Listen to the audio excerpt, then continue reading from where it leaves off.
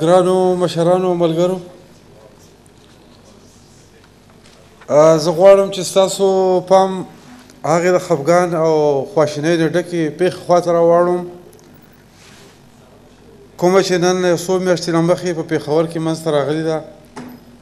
چې په نتیجه کې د پښتون د عظیم صوفي شاعر او فیلسوف رحمان بابا قبر ته زیات نقصان ورسېدو.